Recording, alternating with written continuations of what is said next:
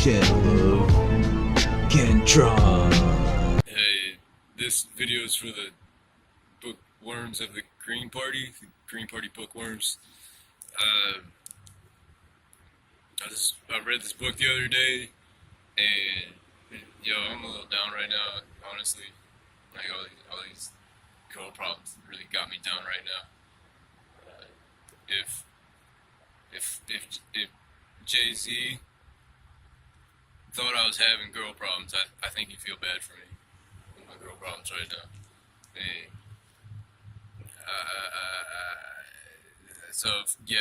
if I'm a little bit down on talking about this book, that's what it is. I'm getting through it. Look, it's called Creative Schools by Ken Robinson, Ken Robinson, who has a PhD. This book I picked up. We was talking in the Young Greens about how does the Green Party really connect with people, the information that we know of being for the people that's sort of behind the shadow of media portrayal of our policies and government, and how do we present them that information that they're blinded to through media and the education system, because the education system is something that is important to me. I dropped out twice in high school and college. I have experiences with the education system that I'm dissatisfied with, and I was seeing this TED talk about how the education system is stifling our children's creativity, things like this. And I'm reading this book called Creative Schools, the Grassroots Revolution that's Transforming Education. I was thinking that this book is going to be along the lines of weaning our children off Ritalin and all these ADHD treatments that sort of numb their mind from creating and expressing their emotions in an artistic form or intellectual form. But this book called Creative Schools talks a little less about. First off, I really like the way it was written. I read through. It took about 2.5 hours, 260 pages basically. It took about two and a half hours. But I was on and off of my phone the whole time. But I really like the way it was written. Good format, coming from the perspective of the author who has in-depth experience in the school system. In fact, in the first chapter, it starts off with his experiences in the school system, where he felt like there was a culture created in the school to disassociate children from the school. And one of the factors in this, being teacher-related, is a lot of the students in the school would fight, and it'd be a problem in the classroom, and it created in the teachers a moral dysfunction that started them to be on some let's just not do the school thing today thing, and that was part of the culture's absence culture or something like that in the school system.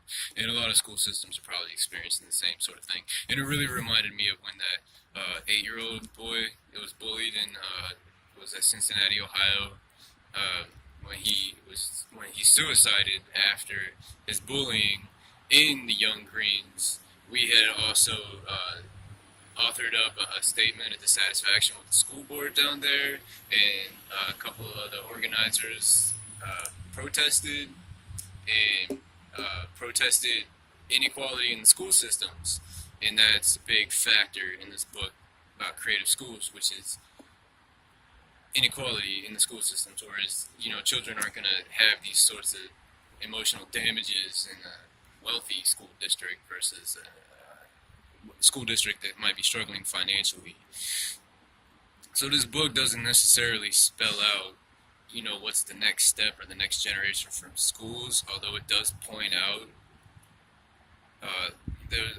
Edutopia, George Lucas' 10 points to creating a new education system, reforming the education system, revolution, whatever. And it basically is more of an in-depth view of what's happening in America's failing schools, why they're failing, really highlights specific points like federal intrusion on teachers' ideas for how to cater to the students. And It points out also in Finland, which is apparently top-ranked school education system.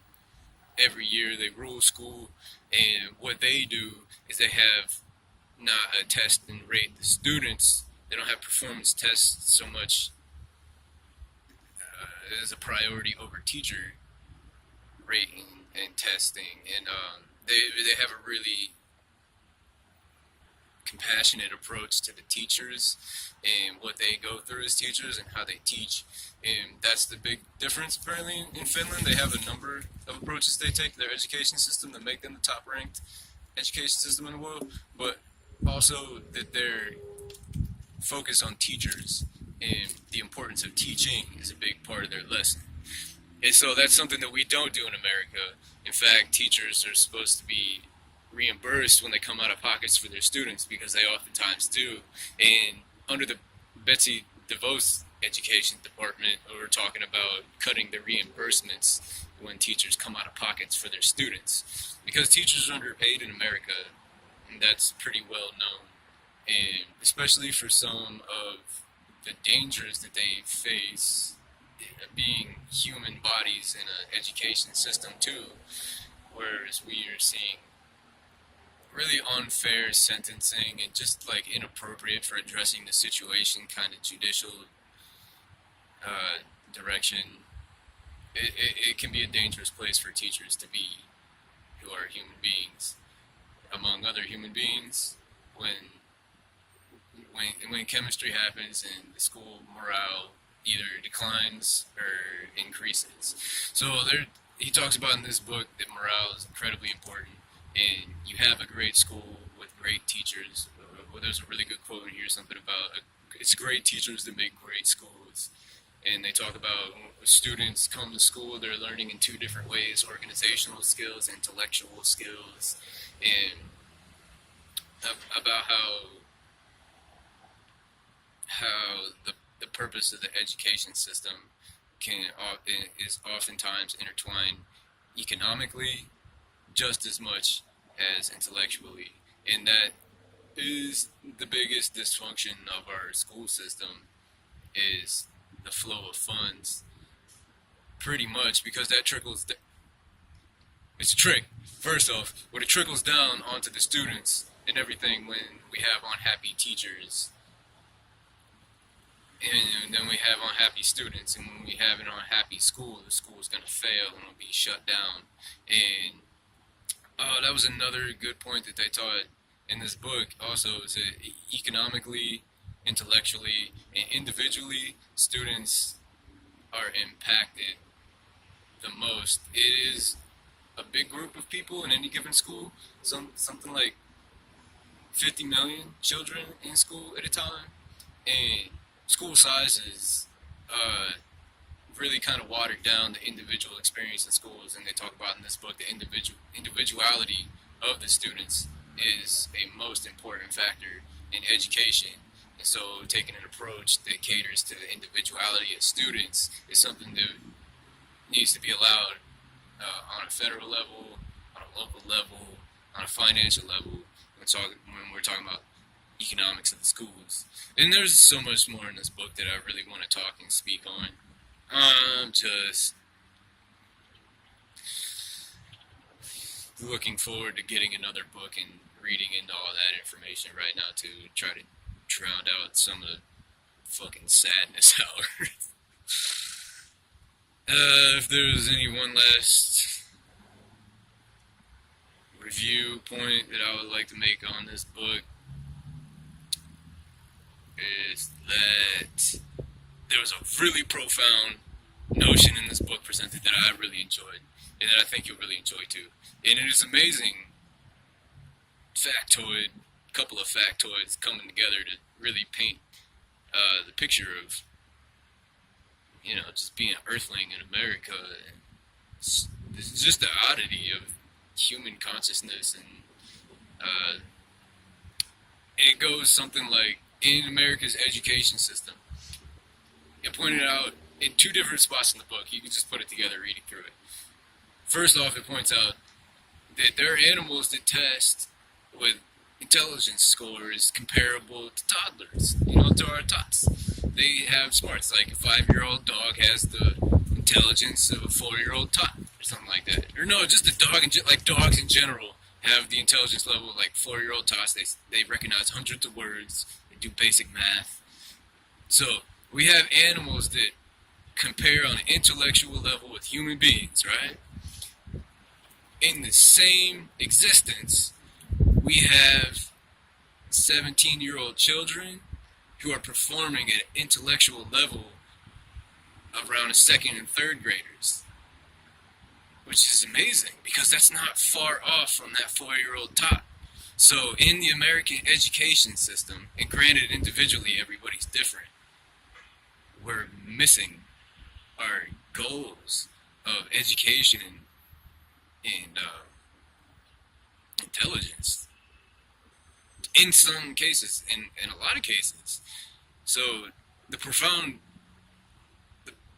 perspective is in America we have animals that perform on an intellectual not far off from a level that some of our teenagers are missing, which is, we'll just go ahead and give it a ratio of like 20%, 30% their fault, like 70, 80% the adults in their life. And I'm going to round it back to how important it is to recognize teachers in America also as students still. As this journey of life is always learning. It's an education experience from start to finish.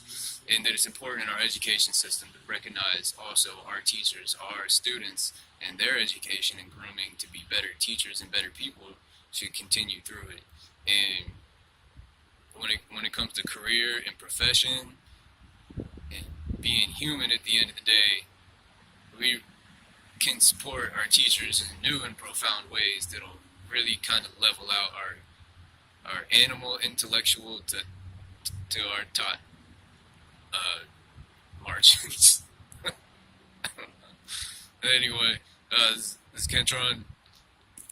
Here's the book again, Creative Schools by Ken Robinson. Check it out. It's a good one.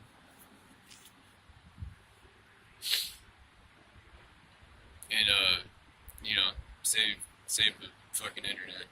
Fuck the tax scam.